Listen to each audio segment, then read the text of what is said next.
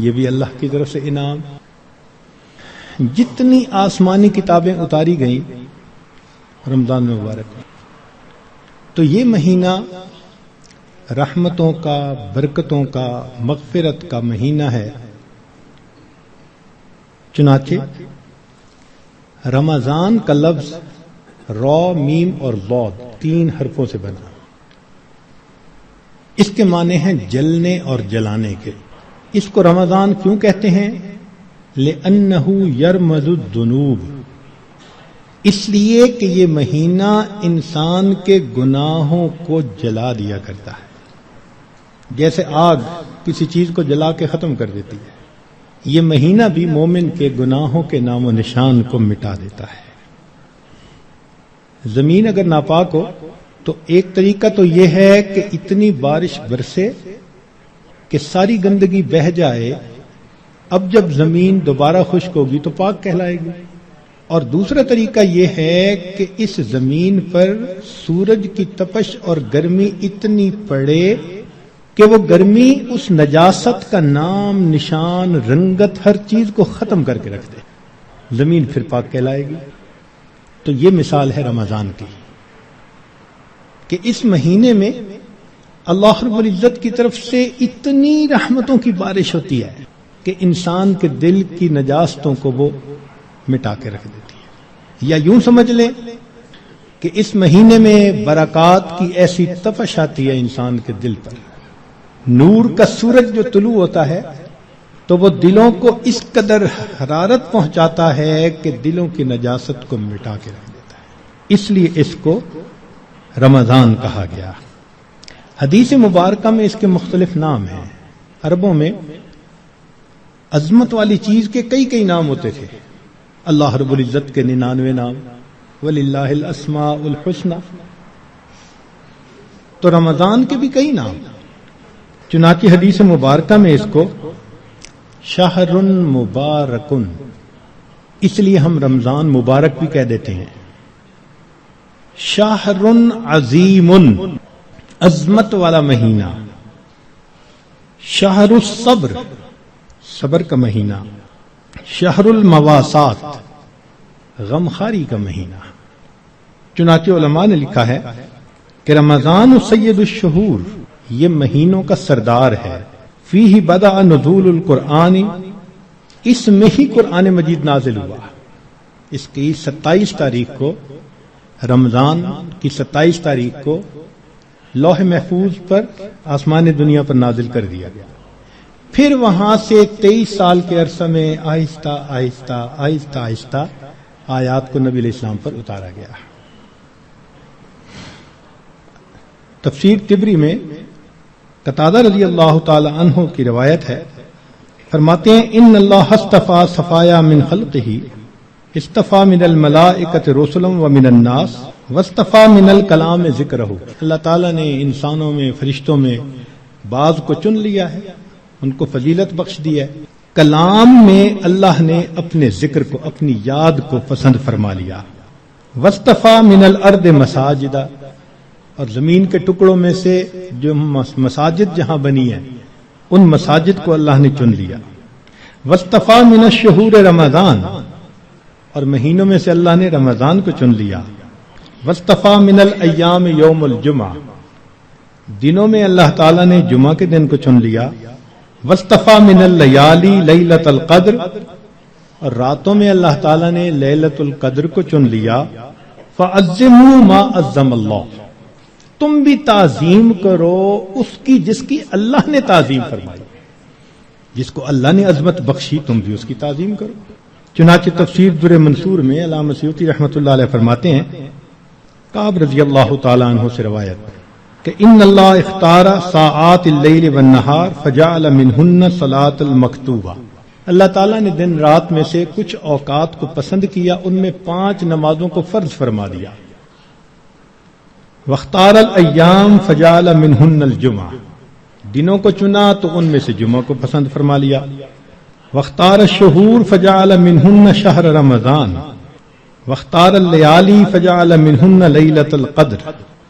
تو جب اللہ رب العزت نے لیلۃ القدر کو اتنی عظمت بخشی اور اس مہینے کو اتنی عظمت بخشی، تو ہمیں بھی چاہیے کہ ہم اس مہینے کی برکتوں سے فائدہ اٹھانے والے بن جائیں۔ چنانچہ علامہ طبرانی رحمۃ اللہ علیہ مجموع الزوائد میں سید الشہور شہر رمضان و سید الایام یوم الجمعہ، نبی علیہ السلام اس مہینے کا انتظار فرماتے تھے۔ اس مہینے کی فضیلت کے لیے یہ کتنا عجیب پوائنٹ ہے کہ اللہ رب العزت کے پیارے حبیب صلی اللہ علیہ وسلم اس مہینے کا انتظار فرماتے، دعا فرماتے تھے، اللہم بارک لنا فی رجب و شعبان و بلغنا رمضان، اے اللہ ہمیں رجب اور شعبان میں برکت عطا فرما اور بخیریت ہمیں رمضان تک پہنچا۔ انسان وش کرتا ہے نا تو کسی بہت بڑی نعمت کے لیے وش کرتا ہے۔ اللہ کے حبیب صلی اللہ علیہ وسلم 2 مہینے پہلے سے دعا مانگتے تھے۔ جب بڑے کسی چیز کو بڑا کہیں تو واقعی بڑی ہوتی ہے۔ اللہ کے پیارے حبیب صلی اللہ علیہ وسلم نے اس مہینوں کو شہر عظیم کہا، بڑا مہینہ۔ چنانچہ مسلم شریف میں ابو ہریرہ رضی اللہ عنہ سے روایت ہے کہ الصلوات الخمس والجمعۃ الی الجمعۃ ورمضان الی رمضان مکفرات ما بینہن اذا اجتنبت الکبائر، اگر کبائر سے بچا جائے تو جمعے سے جمعہ 5 نمازیں اور ایک رمضان سے دوسرے رمضان تک کے جتنے گناہ ہوتے ہیں وہ سارے کے سارے اللہ تعالیٰ معاف فرما دیتے ہیں۔ چنانچہ کنز العمال میں لکھا ہے کہ اذا سلمت الجمعۃ سلمت الایام، جمعہ اگر اچھے انداز سے کسی نے گزار لیا تو باقی دن بھی اس کے اچھے گزر جائیں گے۔ وَإِذَا سَلِمَ رَمَضَانُ سَلِمَتِ السَّنَةُ، اور جس نے رمضان اچھے انداز سے گزار دیا آنے والا پورا سال اس کا اچھا گزار دیا جائے گا۔ امام ربانی مجدد ثانی رحمۃ اللہ علیہ اپنے مکتوبات میں فرماتے ہیں کہ یہ رمضان کا مہینہ آنے والے سال کا ایک نمونہ ہوتا ہے۔ جس انداز سے بندہ گزارتا ہے اللہ تعالیٰ بقیہ سال انہی اعمال کی توفیق عطا فرما دیتا ہے۔ مثال کے طور پہ ایک نوجوان اگر چاہتا ہے کہ میں اپنی آنکھوں کا پرہیز کروں، غیر محرم سے اپنی آنکھوں کو بچاؤں، تو وہ رمضان میں اس کی مشق کر لے۔ اگر پورا رمضان غیر محرم سے نظر بچا لی، بقیہ پورا سال اللہ اس کو توفیق عطا فرما دیں گے۔ آپ پورا رمضان تہجد کی پابندی کر لیجئے، تلاوت کی، اعمال کی پابندی کر لیجئے، اور پھر دیکھیے بقیہ پورا سال وہ کام کس طرح آسان ہو جاتے ہیں۔ اللہ تعالیٰ توفیق دے دیتے ہیں اس بندے کو۔ اس لیے ہمارے اکابر رمضان کو بہت اہتمام کے ساتھ گزارتے تھے۔ بلکہ بخاری شریف کی روایت ہے کہ ایک صحابیہ حج پہ جانا چاہتی تھی، خاوند نے نہ کر دی۔ پوچھا بھی کیوں؟ اس نے کہا سواری نہیں ہے۔ اس نے کہا فلاں اونٹ تو ہے۔ اس نے کہا وہ میں نے صدقے کی نیت کر لی، اب وہ میرا نہیں، وہ اللہ کا ہے، اب میں تمہیں نہیں لے کے جا سکتا۔ خاموش ہو گئی۔ خاوند جفت کر کے واپس آیا تو وہ عورت نبی علیہ السلام کی خدمت میں حاضر ہوئی۔ اے اللہ کے حبیب صلی اللہ علیہ وسلم، میرا بڑا جی چاہتا تھا میں حج کروں، مگر میرے خاوند نے کہا کہ سواری نہیں، اور میں نے صدقے کا اونٹ تھا بتایا تو اس نے کہا میں اس کو نہیں استعمال کر سکتا۔ تو نبی علیہ السلام نے پہلے تو خاوند کو سمجھایا کہ دیکھو یہ حج کا عمل بھی اللہ کے راستے میں جانے والا عمل تھا، تم اگر اس اونٹ پر اس کو یہ حج کروا دیتے تو اس میں کوئی حرج نہیں تھا، مگر ساتھ ہی یہ فرما دیا اس عورت کو کہ اچھا اب تم رمضان میں عمرہ کر لینا، اللہ تعالیٰ تمہیں میرے ساتھ حج کرنے کا ثواب عطا فرمائے گے۔ یہ بخاری شریف کی روایت ہے۔ تو رمضان مبارک کو اللہ رب العزت نے ایسی فضیلت عطا فرمائی۔ چنانچہ کنز العمال میں ہے کہ اذا کان اول لیلۃ من شہر رمضان صفدت الشیاطین ومردت الجن، کہ جب رمضان کی پہلی رات آتی ہے تو شیاطین، سرکش جن، ان کو قید کر دیا جاتا ہے، باندھ دیا جاتا ہے۔ خبردار، میرے پیارے حبیب صلی اللہ علیہ وسلم کے امتیوں کے روزوں کو تم خراب نہ کر سکو، تو شیاطین کو باندھ دیا جاتا ہے۔ وغلقت ابواب النار فلم یفتح منها باب، جہنم کے سارے دروازے بند کر دیے جاتے ہیں، پورا رمضان بند رہتے ہیں. وفتحت ابواب الجنت فلم یغلق منها باب، اور جنت کے سارے دروازے کھول دیے جاتے ہیں اور ان دروازوں کو پورا مہینہ بند نہیں کیا جاتا. سبحان اللہ. اللہ رب العزت اس مہینے میں جنت کی سیل لگاتے ہیں. وَيُنَادِي مُنَادٍ كُلَّ لَيْلَةٍ، اور ایک ندا دینے والا فرشتہ ہر رات یہ ندا دیتا ہے، یا باغی الخیر اقبل، اے نیکی کے متلاشی آگے بڑھ. ابتغاء سے ہے یہ لفظ باغی الخیر. وَيَا بَاغِيَ الشَّرِّ اقصر، اے برائی کے تلاش کرنے والے تھم جا، رک جا. وَلِلَّهِ عُتَقَاءً مِّنَ النَّارِ وَذَلِكَ كُلَّ لَيْلَةٍ، ہر رات میں اللہ تعالیٰ جہنم سے جہنمیوں کو بری فرما دیتے ہیں. اب یہاں طالب علم کے ذہن میں ایک سوال پیدا ہوتا ہے کہ رمضان مبارک میں شیاطین تو قید ہو گئے، پھر کیوں برائیاں ہوتی ہیں، غفلتیں ہوتی ہیں؟ تو علماء نے اس کے کئی جواب دیے.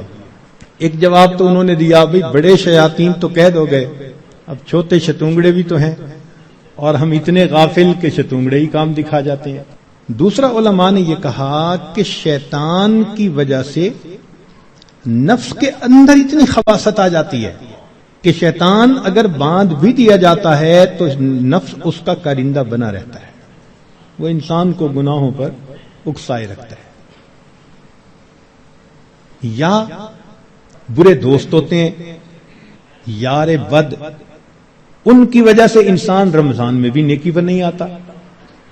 مگر اس کی خوبصورت مثال یہی ہے کہ جیسے لوہے کو بھٹی میں گرم کریں نا تو سرخ ہو جاتا ہے، پھر اس کے بعد اس کو بھٹی سے نکال لیں تو وہ 1 منٹ میں ٹھنڈا نہیں ہوتا، وہ گھنٹہ 2 گھنٹے گرم رہتا ہے.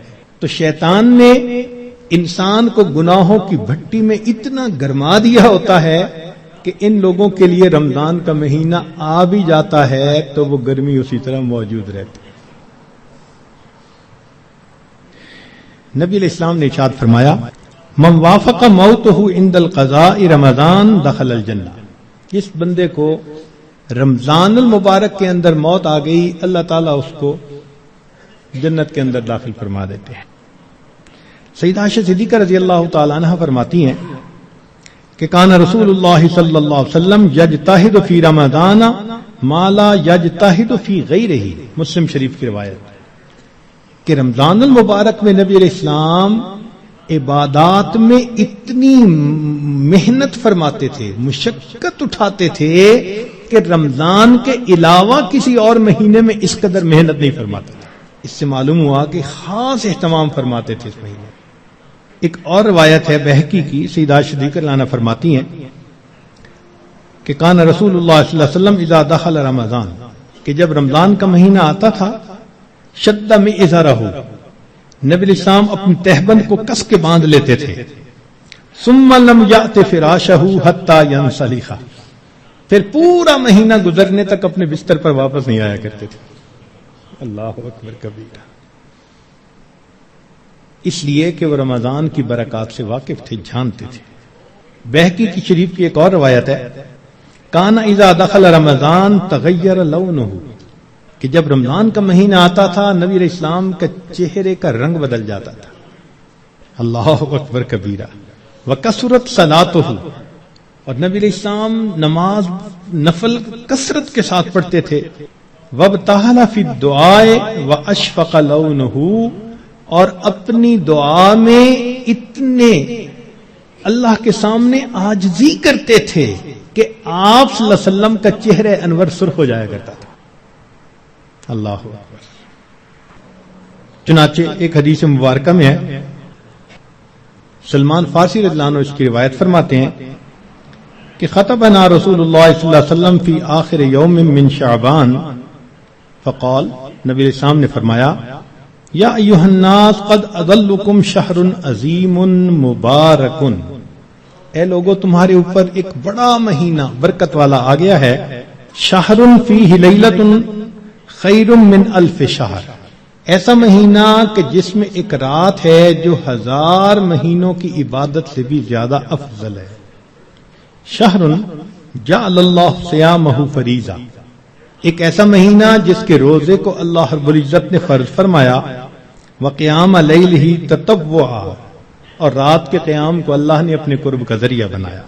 من تقرب فیہ بخصلۃ من الخیر کان کمن ادى فریضۃ فیما سوا، جس نے رمضان میں نفل عمل کیا ایسے اجر ملے گا جیسے رمضان کے علاوہ اس نے کسی فرض کے اوپر عمل کیا تھا۔ ومن ادى فریضۃ فیہ کان کمن ادى 70 فریضۃ فیما سوا، جس نے ایک فرض پر عمل کیا اس کو 70 فرض جو غیر رمضان میں ہوتے ہیں اس کے برابر اجر عطا کیے جاتے ہیں۔ یہاں سے معلوم ہوا کہ اللہ رب العزت رمضان مبارک میں انسان کے اعمال کا ریٹ 70 گنا بڑھا دیتے ہیں، ملٹیپلائی، سبحان اللہ۔ ایک ایک عمل کو دنیا ریٹ انکریز کرتی ہے تو 10% اور 20%، 10واں حصہ 20واں حصہ، اللہ تعالیٰ ریٹ بڑھاتے ہیں تو کیا 70 گنا، 70 سے ضرب دے دی، اس لیے کہ وہ شہنشاہ حقیقی ہے، وہ اپنے بندوں کو اتنا اجر دینا چاہتا ہے کہ ان کے گناہوں کی ظلمتیں ختم ہو جائیں۔ تو ایسے وقت میں ہمیں بھی چاہیے کہ ہم اپنے اعمال اللہ رب العزت کے حضور پیش کریں۔ چنانچہ نبی علیہ السلام نے ارشاد فرمایا، هو شہر الصبر والصبر ثوابہ الجنہ، یہ صبر کا مہینہ ہے اور صبر کا بدلہ جنت ہے۔ وشہر المواسات، غمخاری کا مہینہ، سبحان اللہ۔ چنانچہ اسی حدیث میں آگے نبی علیہ السلام نے ارشاد فرمایا کہ اولہ رحمت، اس مہینے کے پہلے 10 دن رحمت، وَأَوْسَطُهُ مَغْفِرَةٌ، درمیان کے 10 دن مغفرت کے، وَآخِرُهُ عِتْقٌ مِّنَ النَّارِ، اور آخری 10 دن آگ سے آزادی کے۔ وہ کیسے؟ علماء نے اس کی بہترین تفسیر یوں کی کہ کچھ وہ لوگ ہوتے ہیں کہ جو پہلے سے ہی نیکوکاری کی زندگی گزارنے والے ہوتے ہیں، گناہوں سے بچتے ہیں، تقوی طہارت کی زندگی گزارتے ہیں، تو ان کے لیے تو رمضان رحمت کی خوشخبری بن کے آتا ہے، تو پہلے 10 دن میں ہی ان کے درجے بلند ہو جاتے ہیں۔ اور کچھ ایسے بھی ہوتے ہیں کبھی نیکی کر لی کبھی خطا کر بیٹھے، تو ایسے لوگ جب رمضان کے پہلے 10 دن گزار لیتے ہیں تو اس میں ان کے جو گناہوں کی ظلمت ہوتی ہے اس کو اللہ تعالیٰ ختم کر دیتے ہیں۔ چنانچہ اوسطہ مغفرتن، ان کے لیے درمیانی 10 دن مغفرت کا پیغام بن جاتے ہیں۔ اور کچھ بہت زیادہ غفلت میں رہنے والے، اگر 10 دن سے ان کا کام نہیں بنا تو 20 دن سے ان کا کام بن جاتا ہے۔ چنانچہ جب 20 دن کی برکتیں ان کے دل کو دھو دیتی ہیں تو آخرہ عتق من النار، آخری عشرہ ان کے لیے بھی آگ سے آزادی کا عشرہ بن جاتا ہے۔ معلوم ہوا کہ اس مہینے میں تھوڑا غافل ہو یا زیادہ غافل، ہر بندے کی مغفرت کا اللہ تعالیٰ انتظام فرماتے ہیں۔ ہاں، بندے کو خود کوشش کرنی چاہیے۔ اگر کوئی آدمی خود ہی بے توجہ بن کر زندگی گزارے اور رمضان کا احترام ہی نہ کرے تو وہ تو پھر اپنا قصور ہے نا، ورنہ یہ اس کو احساس ہو گیا کہ مجھے رمضان مبارک کے اس مہینے میں اللہ کا قرب حاصل کرنا ہے، اس مہینے کی برکتیں اتنی ہیں کہ ایک لمحے کی برکت انسان کو ولی بنانے کے لیے کافی ہے۔ امام ربانی مجدد ثانی رحمۃ اللہ فرماتے ہیں مکتوبات میں کہ اے کاش پورے سال کی برکتوں کو رمضان المبارک کی برکتوں کے ساتھ وہ نسبت ہوتی جو ایک دریا کو سمندر کے ساتھ ہوتی ہے، مگر وہ بھی نہیں ہے۔ اس مہینے کی برکتیں اتنی زیادہ ہیں، اللہ اکبر کبیرہ۔ چنانچہ نبی علیہ السلام نے ارشاد فرمایا کہ وَاسْتَكْثِرُوا فِيهِ مِنْ 4 خصال، 4 اعمال اس مہینے میں زیادہ کرو۔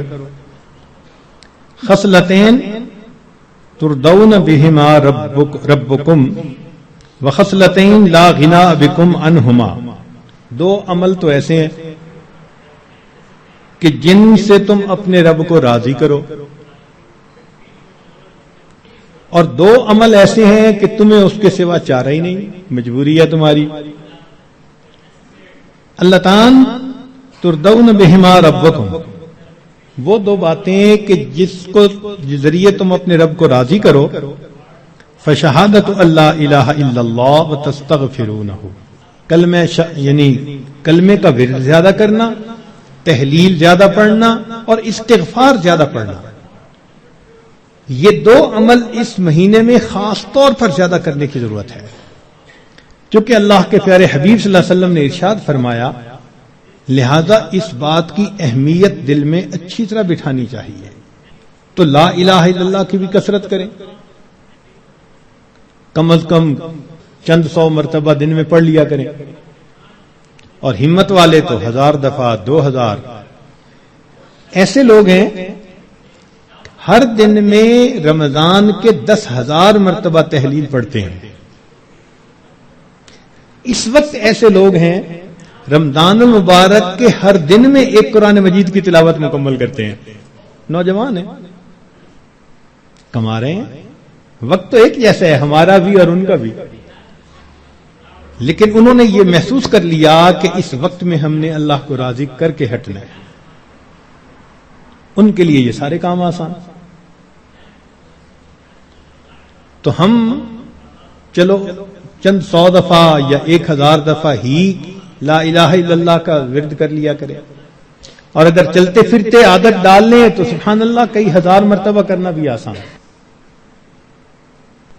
اور ہمارے اکابر سبحان اللہ، وہاں سینکڑوں اور ہزاروں کی بات نہیں ہوتی تھی، اور لاکھوں کی بھی بات نہیں ہوتی تھی، کروڑوں کی بھی بات نہیں ہوتی تھی، کروڑوں مرتبہ سے زیادہ دل کے اوپر لا الہ الا اللہ کی ضرب لگتی تھی، کروڑوں مرتبہ سے زیادہ۔ دل کے اوپر کتنا نور ہوتا ہوگا، اللہ اکبر کبیرہ۔ اور استغفار کی کثرت کریں۔ اور دو چیزیں جس کی ہمیں ضرورت ہے، ایک اللہ رب العزت سے جنت مانگیں اور جہنم سے اللہ تعالی سے پناہ مانگیں۔ تو اس مہینے میں یہ دعا مانگنی چاہیے، اللہم انی اسألک الجنہ وَأَعُوذُ بِكَ مِنَ النَّارِ، اے اللہ میں جنت کا سوال کرتا ہوں اور جہنم سے اے اللہ میں پناہ مانگتا ہوں۔ چنانچہ رمضان مبارک کا اکرام کیسے کیا جائے،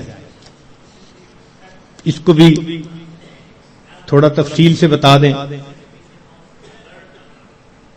جو احترام کرنے والے ہیں وہ تو رمضان سے 2 مہینے پہلے سے ہی دعائیں مانگنی شروع کر دیتے ہیں، رمضان سے پہلے ہی گناہوں کو توبہ کر کے باطن کا غسل کر لیتے ہیں، اور پھر رمضان خوب اچھے انداز سے گزارتے ہیں۔ لیکن اب آخری عشرہ رہ گیا، اس آخری عشرے میں ہم گناہوں سے اس طرح بچیں جیسے احرام کی حالت میں حاجی محرم گناہوں سے بچا کرتا ہے۔ جو لوگ حج پر گئے ہیں نا، عمرہ پر، ان کو اچھی طرح اندازہ ہے کہ جب احرام باندھ لیتا ہے تو بالکل کیفیت ہی اور ہو جاتی ہے، پھر جنایات سے بہت بچنے کی کوشش ہوتی ہے، ہر وقت یہ احساس رہتا ہے میں محرم ہوں، احرام باندھا ہوا ہے، بالکل رمضان گزارتے ہوئے وہی کیفیت ہو، انا صائم، میں روزہ دار ہوں، رمضان کا مہینہ ہے، مجھے اس میں کوئی گناہ نہیں کرنا۔ چلتے پھرتے لا الہ الا اللہ کا ورد رکھیں، اور کبھی کبھی پورا کلمہ بھی پڑھیں، لا الہ الا اللہ محمد الرسول اللہ۔ جتنا ممکن ہو سکے قرآن مجید کی تلاوت کریں، حتیٰ کہ 2-3 منٹ بھی اگر خالی ہیں تو اس کو خالی نہ گزرنے دیں، قرآن پاک دیکھ کر پڑھ لیں، اور اگر قرآن پاک پاس نہیں یا وضو نہیں تو جو صورتیں یاد ہیں کم از کم وہی پڑھ لیں۔ حسب استطاعت رمضان مبارک میں صدقہ و خیرات زیادہ کریں۔ سیدہ عائشہ صدیقہ رضی اللہ عنہا فرماتی ہیں کہ نبی علیہ الصلوۃ والسلام رمضان مبارک میں اپنے دونوں ہاتھ صدقے لیے کھول دیا کرتے تھے، جیسے تیز ہوا چلتی ہے اس طرح نبی علیہ الصلوۃ والسلام صدقہ، پانی اللہ کے راہ پانی کی طرح پیسہ بہا دیتے تھے۔ تو صدقہ و خیرات زیادہ کرنا، وعد و نصیحت کی محفل میں روز بیٹھیں، کہیں فجر کے بعد ہوتی ہے، کہیں تراویح کے بعد ہوتی ہے، اور آخری عشرے کا سنت اعتکاف اگر نصیب ہو تو سبحان اللہ۔ معتکف کی حالت ایسی ہی ہوتی ہے کہ جیسے کسی کو منانے کے لیے اس کے دروازے کی چوکھٹ کو پکڑ کے بیٹھ جائے، اگر تو در نہ کھولے گا تو میں بھی در نہ چھوڑوں گا، بس نیت کر لے کہ اے رب کریم آپ کو مجھے منا کے اٹھنا ہے۔ واقعی دیکھا ہم نے، محبت میں ایسے ہوتا ہے، اگر کبھی کوئی محبوب ناراض ہو لوگ قدموں میں بیٹھ جاتے ہیں، بیٹے سے باپ خفا ہو آپ کے قدموں میں بیٹھ جاتے ہیں، ابو جب تک آپ راضی نہیں ہوں گے میں قدموں میں سے نہیں اٹھوں گا۔ سبحان اللہ، یہی مومن کا حال ہونا چاہیے۔ اے کریم تیرے در پر آ کر بیٹھ گئے ہیں،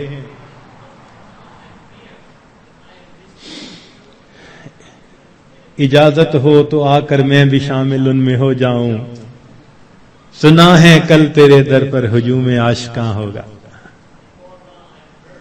عشق و محبت والے 10 دن فارغ کرتے ہیں اللہ کے سامنے، دن رات عبادت میں گزارنے کی کوشش کرتے ہیں، اور دعاؤں میں پھر انسان خوب عاجزی اور زاری کرے۔ اس طرح رمضان مبارک کی قدردانی کیجیے۔ رمضان مبارک کی بے قدری کی بھی کچھ صورتیں ہیں۔ مثال کے طور پہ بعض لوگ رمضان کے روزے رکھنے کا اہتمام نہیں کرتے، یہ رمضان کی بے قدری ہے۔ اور کئی مرتبہ سحری کھا کے سو جاتے ہیں کہ میں تھوڑی دیر ذرا آرام کر لوں، اٹھ کے فجر پڑھوں گا، اور شیطان کو نماز قضا کروانے کا موقع مل جاتا ہے۔ یہ رمضان مبارک کی بے قدری ہے۔ اسی طرح افطاری کے انتظار میں باجماعت نماز چھوڑ بیٹھتے ہیں، یہ بھی رمضان مبارک کی بے قدری ہوئی۔ بعض لوگ رمضان المبارک میں خبروں کے نام پر ٹی وی دیکھتے ہیں، غیر محرم عورتوں پر نظر پڑتی ہے، بازار سے گزرتے ہوئے اپنی نگاہ کا احتیاط نہیں کرتے، یہ بھی رمضان مبارک کی بے قدری ہوئی۔ اخبار بینی کے شوق میں تصاویر بھی دیکھتے ہیں، یا بعض لوگوں کو دیکھا کہ بھوک سے بچنے کے لیے یا پیاس کے احساس سے بچنے کے لیے ڈائجسٹ پڑھنا شروع کر دیتے ہیں، ناول، افسانے، کہ وقت گزر جائے۔ تو وقت گزاری کے لیے ڈائجسٹ جیسی کتابیں اور اس طرح کی کتابوں کا پڑھنا یہ بھی رمضان مبارک کی بے قدری ہے۔ اس سے تو بہتر تھا کہ آپ قرآن مجید کی تلاوت کر لیتے۔ اور بعض مرتبہ عورتیں گھر کے کام کاج میں لگی ہوتی ہیں تو وہ وقت گزاری کے لیے موسیقی والی قوالی لگا دیتی ہیں، اور ایسی آج کل قوالیاں بن بھی خوب رہی ہیں گانوں کی طرز پر۔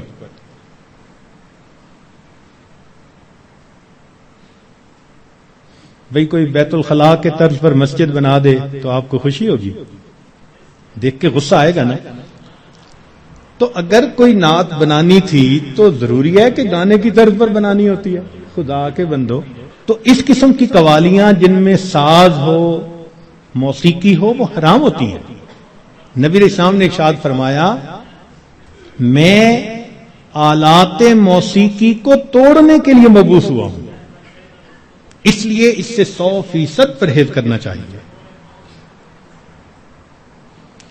بعض نوجوان وقت گزارنے کے لیے انٹرنیٹ پہ بیٹھ جاتے ہیں، اور جو دنیا بلا کا گند ہے وہ انٹرنیٹ کے اندر موجود ہوتا ہے، یہ بھی رمضان مبارک کی بے قدری ہوئی۔ اور بعض اپنے دوستوں سے میسیجز کا سلسلہ شروع کر دیتے ہیں، یہ بھی رمضان مبارک کی بے قدری۔ اور اس سے بڑھ کر اور گناہ یہ کہ سیل فون کے اوپر غیر محرم سے باتیں کرتے ہیں یا اس کو میسج بھیجتے ہیں، یہ بھی رمضان کی بے قدری ہے۔ اور یہ بھی رمضان کی بے قدری ہے کہ انسان غیر محرم کو کہے کہ میں اب رمضان میں میسج نہیں بھیجوں گا، اس کے بعد بھیجوں گا، تو اس کا مطلب یہ ہوا کہ اس نے اللہ کے حکم کی تعظیم نہیں کی۔ تو رمضان میں ان گناہوں کو کاملاً چھوڑنا ہے، یہ نہیں کہ صرف رمضان کے لیے چھوڑنا ہے۔ بعض لوگ حالات حاضرہ کے نام پر ایک دوسرے بندے کی غیبتیں شروع کر دیتے ہیں۔ بعض لوگ رمضان میں یہ کہنے میں بڑا خوشی محسوس کرتے ہیں آج روزہ بڑا لگ رہا ہے۔ بھائی صبر کیجئے، صبر کا مہینہ ہے، اور روزہ لگا بھی تو کتنے گھنٹے کی بات ہے، چند گھنٹے کی بات ہے، مگر وہ اس کو ایک ٹاپک بنا لیتے ہیں۔ ہر آنے والے کو بس میں اٹھ نہ سکا اور تھوڑا وقت تھا، پانی نہ پی سکا اور کھانا نہ کھا سکا، ایسے لگتا ہے جیسے روزے کا ماتم کر رہے ہو بیٹھے ہوئے۔ یہ بھی رمضان کی بے قدری ہے۔ رمضان مبارک میں جو آدمی اللہ رب العزت کے قرب کے لیے کوششیں کرے گا، یقیناً اللہ رب العزت اس کے گناہوں کو معاف فرمائیں گے اور اسے اپنا قرب عطا فرمائیں گے۔ اب ایک دو باتیں مزید سن لیجئے تاکہ بات کو مکمل کریں کہ اگر کوئی نیک بندہ آپ کو بتائے کہ قبولیت دعا کا وقت ہے، دعا مانگ لو، تو آپ کتنے اہتمام سے دعا مانگیں گے کہ جی ایک نیک بندے نے بتا دیا قبولیت دعا کا وقت تھا۔ اچھا اگر کوئی واقعی بڑا ولی ہو اور وہ بتا دے پھر تو اور اہتمام سے دعا مانگیں گے۔ تو اگر ایک ولی کے بتانے پر اتنے اہتمام سے دعا مانگتے ہیں تو ولیوں کے سردار، نبیوں کے سردار حضرت محمد مصطفیٰ احمد مجتبی صلی اللہ علیہ وسلم، آپ نے ارشاد فرمایا کہ افطاری کے وقت روزے دار کی دعا کو اللہ تعالیٰ قبول فرماتے ہیں۔ اب اپنے ذرا ذہن میں سوچیں کہ کیا ہم افطاری کے وقت دعا اس اہتمام سے مانگتے ہیں؟ اور شیطان بھی ایسا ہے کہ وہ افطاری کے وقت دسترخوان پہ چیزیں لگواتا ہے، بس حسرت سے دیکھتے دیکھتے وہ افطاری کا وقت ہی آ جاتا ہے۔ اس وقت میں اہتمام سے دعا مانگے، رات کے اوقات میں، دن کے اوقات میں اللہ رب العزت سے معافی مانگیں اپنے گناہوں کی، اللہ تعالیٰ کو منانے کی کوشش کریں۔ یہ بخشش کا مہینہ ہے، رحمتوں کی انتہا ہے۔ جو بندہ تھوڑی سی بھی کوشش کرے گا یقیناً وہ رمضان کی رحمتوں کی وجہ سے بخش دیا جائے گا۔ اب یہاں پر ایک بات اور ذہن میں رکھیں کہ ماں اپنے بیٹے کے بارے میں بد دعا نہیں سن سکتی۔ کسی ماں کے سامنے بیٹے کو بد دعا دیں تو صحیح، حشر دیکھیں گلے پڑ جائے گی، تو ہوتا کون ہے میرے بیٹے کو بد دعا دینے والا؟ تو ماں کو اگر بیٹے سے اتنی محبت ہے کہ وہ بد دعا نہیں سن سکتی، تو کیا ایسا ہوگا کہ کوئی بد دعا دے اور ماں آمین کہے بیٹھ کے؟ وہ تو آمین نہیں نہ کہے گی۔ اب ماں کی محبت کا یہ عالم ہے تو اللہ کے پیارے حبیب صلی اللہ علیہ وسلم کو امت کے ساتھ کتنی محبت تھی۔ 23 سال امت کے لیے اللہ کے محبوب صلی اللہ علیہ وسلم راتوں کو روتے رہے۔ کوئی ماں بچوں کے لیے 23 سال نہیں روتی، کوئی باپ اپنی اولاد کے لیے 23 سال نہیں روتا۔ اللہ کے پیارے حبیب صلی اللہ علیہ وسلم 23 سال تہجد میں روتے تھے، امت کے لیے روتے تھے، اتنی محبت تھی امت کی۔ روایت میں آتا ہے کہ ملک الموت نے آ کے عرض کیا، اے اللہ کے حبیب صلی اللہ علیہ وسلم، اللہ تعالیٰ نے بھیجا ہے۔ نبی علیہ السلام نے پوچھا، اچھا پہلے مجھے یہ پوچھ کے بتاؤ میرے بعد میری امت کا کیا بنے گا؟ اللہ اکبر، ادھر سے بلاوا آتا ہے اور اللہ کے حبیب صلی اللہ علیہ وسلم کو امت یاد آتی ہے، میری امت کا کیا بنے گا؟ اللہ تعالیٰ نے فرمایا تیری امت کے بارے میں تیرے دل کو خوش کریں گے میرے محبوب. اللہ اکبر, اتنی محبت امت کے ساتھ. اور ان کے سامنے جبریل علیہ السلام ایک دعا مانگتے ہیں, برباد ہو جائے وہ شخص جس نے رمضان کا مہینہ پایا اور اپنی مغفرت نہ کروائی. اور اس پر نبی علیہ السلام فرماتے ہیں آمین.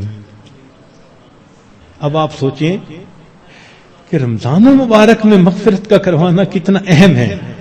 اول تو ایک فرشتے کی بد دعا کافی تھی, پھر اس کے اوپر نبی علیہ السلام کی آمین, اس نے کتنا موقت کر دیا اس بد دعا کو. اللہ اکبر. اس لیے رمضان گزرے گا تو یا ہمارے لیے عید ہوگی یا پھر ہمارے لیے وعید ہوگی. جن کی بخشش ہو گئی ان کے لیے تو عید ہوگی, خوشی کا دن, اور جن کی بخشش نہ ہوئی پھر ان کے لیے وعید ہوگی. اس لیے رمضان کے ان باقی ایام کو بہت ہی زیادہ اہتمام کے ساتھ اللہ تعالیٰ سے مانگ کے گزاریں, رو دھو کے گزاریں. جب دل میں فکر ہوتی ہے نا, پھر مانگنے کا طریقہ خود بخود آ جاتا ہے.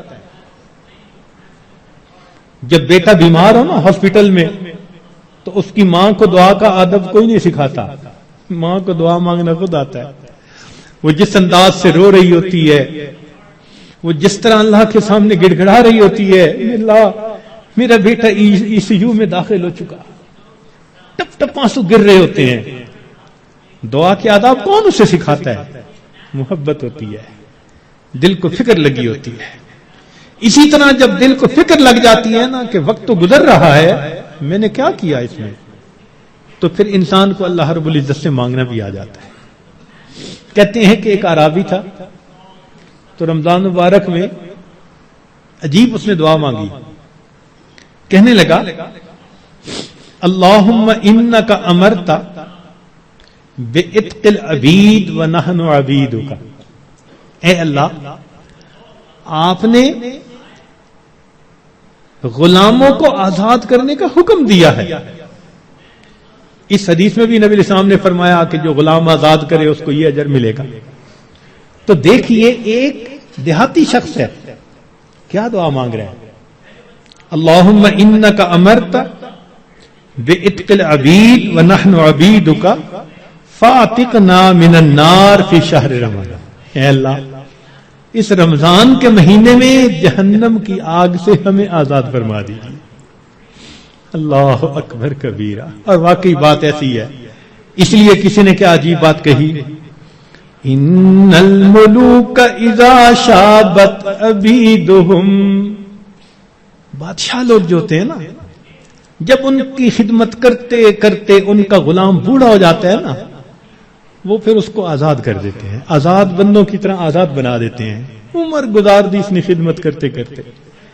بادشاہ بڑھاپے میں اس کو غلام نہیں رکھتے, یہ دستور ہوتا ہے بادشاہوں کا.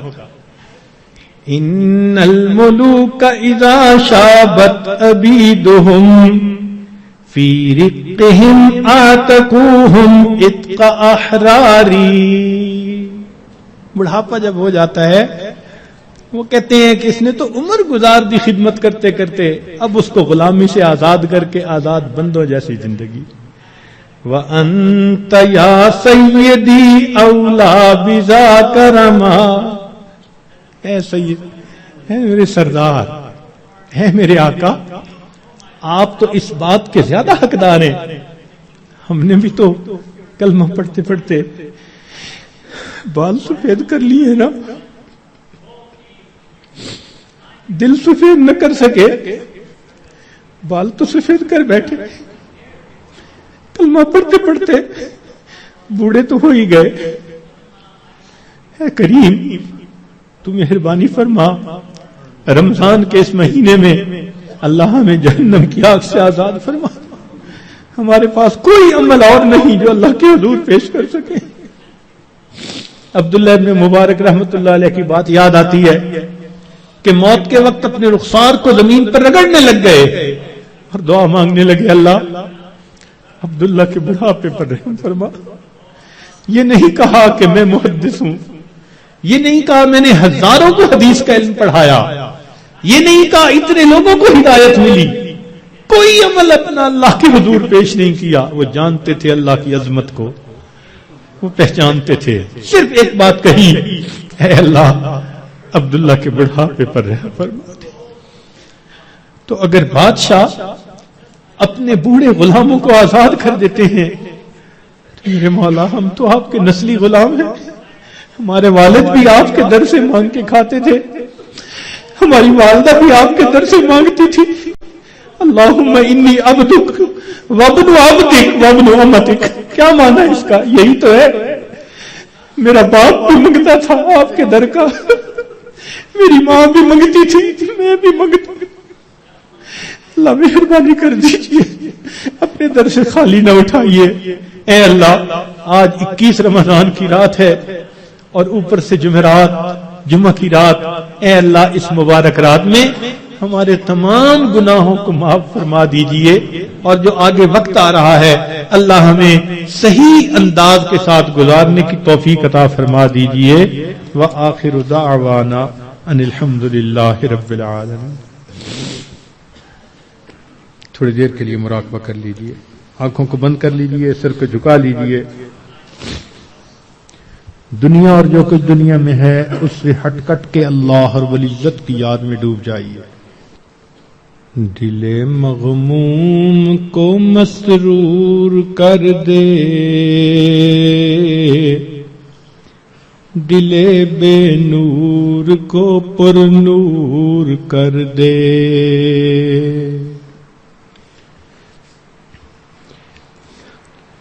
دل مغموم کو مسرور کر دے،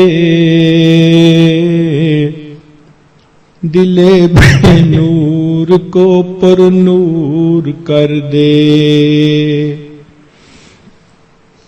فروزاں دل میں شمع طور کر دے، یہ گوشہ نور سے معمور کر دے. میرا ظاہر سنور جائے الہی، میرے باطن کی ظلمت دور کر دے. میرا ظاہر سنور جائے الہی، میرے باطن کی ظلمت دور کر دے. مئے وحدت پلا مخمور کر دے، محبت کے نشے میں چور کر دے.